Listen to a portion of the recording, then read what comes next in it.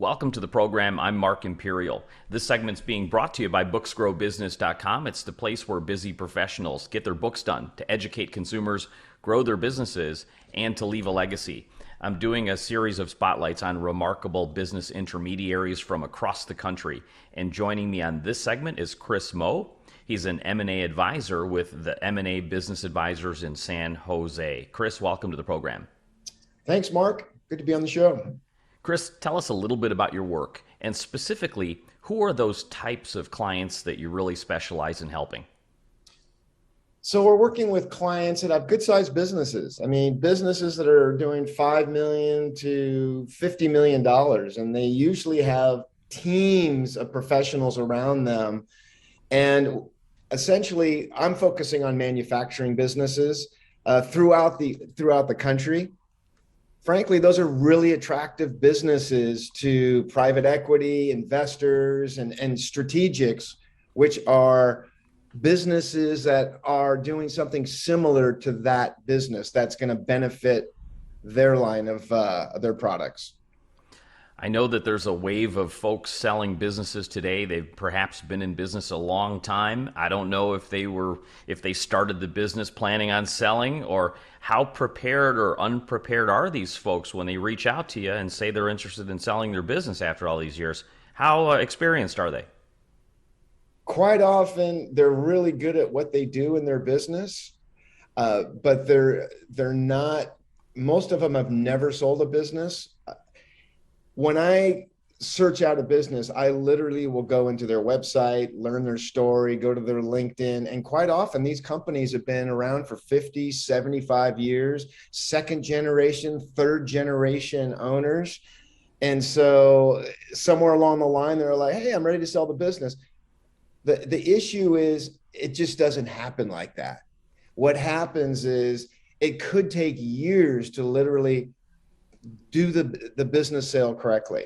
And some of the examples would be sometimes there's too much concentration on one customer. We're working on a deal right now where almost 90% of the sales is with one customer, which is a big red flag for buyers. As it turns out, we're still going to sell that business because it's such a great business, but we'll advise them to, hey, let's try to diversify your customer base. Hey, let's make sure that your financials are going to be able to handle the scrutiny of professional buyers. Because here's the thing, buyers quite often are buying 5, 10 businesses a year. They have an entire team dedicated to do these transactions. We try to get the sellers up to speed so they have a team that can stand up to the buyer team and deliver things on time and in transparency, and also just everything they're looking for.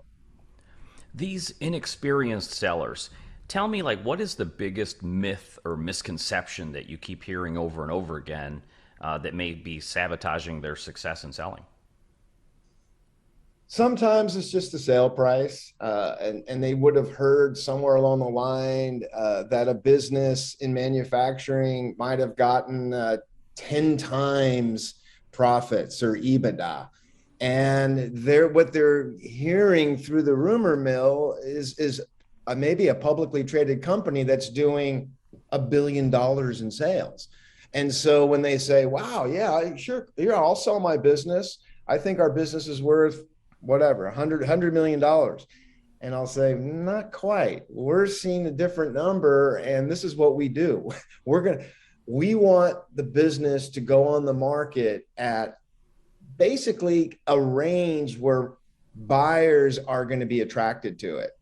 Unless there's something extremely special about their business, software businesses, pharmaceutical businesses, that their revenues or earnings are going to go from fairly here and then hockey stick up. That's a whole different deal. But in most businesses, they've been fairly consistent with their earning, and it's the buyers already have a really good sense of what the multiple of their profits are going to be. And it's going to probably be somewhere between 3x to 10x, somewhere in there, depending on the size of their business. Great insight. Kris, I hear, and I've been learning that a large percentage of businesses that go for sale, don't sell. Can you kind of give us a little bit of insight on like what are the pitfalls that people fall into, or what makes a business unsaleable? Well, that last one is quite, when someone goes to market too quickly because you have an M&A firm or a broker who's just wanting to get the business on the market, and the seller doesn't know the difference. It doesn't needs to be coached up to say, no, we need to get things in place. So quite often here's if the business is relying on a few people that aren't guaranteed to go with the business, quite often the whole management team might be retiring.